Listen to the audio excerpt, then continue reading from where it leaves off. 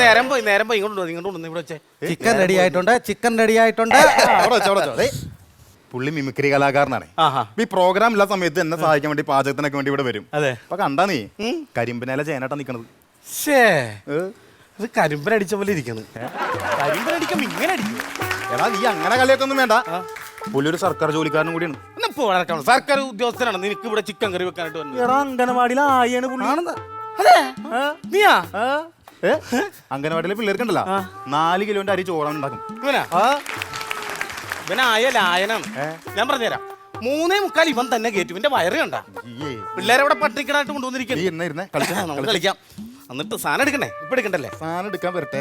ഒരു കളി അങ്ങോട്ട് കളിക്കാം. ഞാൻ ഒരു കാര്യം പറട്ടെ ജയോ. കളി വേണമെങ്കിൽ കണ്ടു പഠിച്ചോട്ടാ. ബുദ്ധിയുള്ളവർ കളിക്കുന്ന കളിയാണ്. പിന്നെ ഇവര് കളിക്കുന്നത് മോനെ മനോജേ, ഇന്നലെ വന്ന് നീ തോറ്റ്, മിനിഞ്ഞാന്ന് ഒന്ന് തോറ്റ്, ഇന്നും നീ തോക്കും. ഇവിടെ തോൽവികൾ ഞാൻ ഇരുന്ന് മേടിച്ചുകൊണ്ടിരിക്കും. അത് നീ മേടിച്ചോണ്ടിരിക്കുകയാണല്ലേ? ഞാൻ ജയിച്ചിരിക്കുന്നു. നീ കണ്ടോട്ടെ എന്റെ ഒരു ബുദ്ധിപരമായൊരു നീക്കം നീ കണ്ടോ? നീക്കിക്കോ നീ. ഞാൻ ആനയെ ചെരിഞ്ഞു മോനെ. ആനയെ ചെരിച്ചെങ്കിൽ ഞാൻ ആനപ്പാപ്പനെടുത്ത് അടുത്ത് വെച്ചു. പാപ്പാനാ? ഞാൻ ആന ചെരിയുമ്പോ പാപ്പാൻ വേണ്ടില്ലേ? പ്രശ്നവും തേരാണ്. തേരാണോ? വേറെ കളിയുണ്ടോ നീ?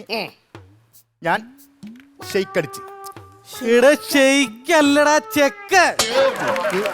ഇവൻ ആരാന്ന് പറഞ്ഞ നീ കളി. അങ്ങനെയാണെങ്കിൽ ഞാൻ പള്ളി എടുത്ത് ഇവിടെ വെച്ച്. പള്ളിയാ? പിന്നെ ഇത് പള്ളിയല്ലേ? ഇത് ഏത് പള്ളി? ഇത് എടാ പൊട്ട, ഇത് കുരിശുപള്ളി ഒന്നല്ല, ഇത് രാജാവാണിത്.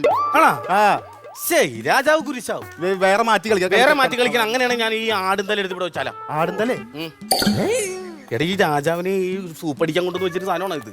എടാ പൊട്ട, ഇത് കുതിര. ഇത് കുതിരയാണോ? അങ്ങനെയാണെങ്കിൽ ഞാൻ ഇതെടുത്തു. എന്താ? മന്ത്രി. ഏത് മന്ത്രിയെ തുടരുന്നു. മന്ത്രി കളിക്കാൻ പാടില്ല. എവിടെയായിരുന്നു എന്റെ മുത്തേ? എന്റെ വിദ്യാഭ്യാസം മന്ത്രി.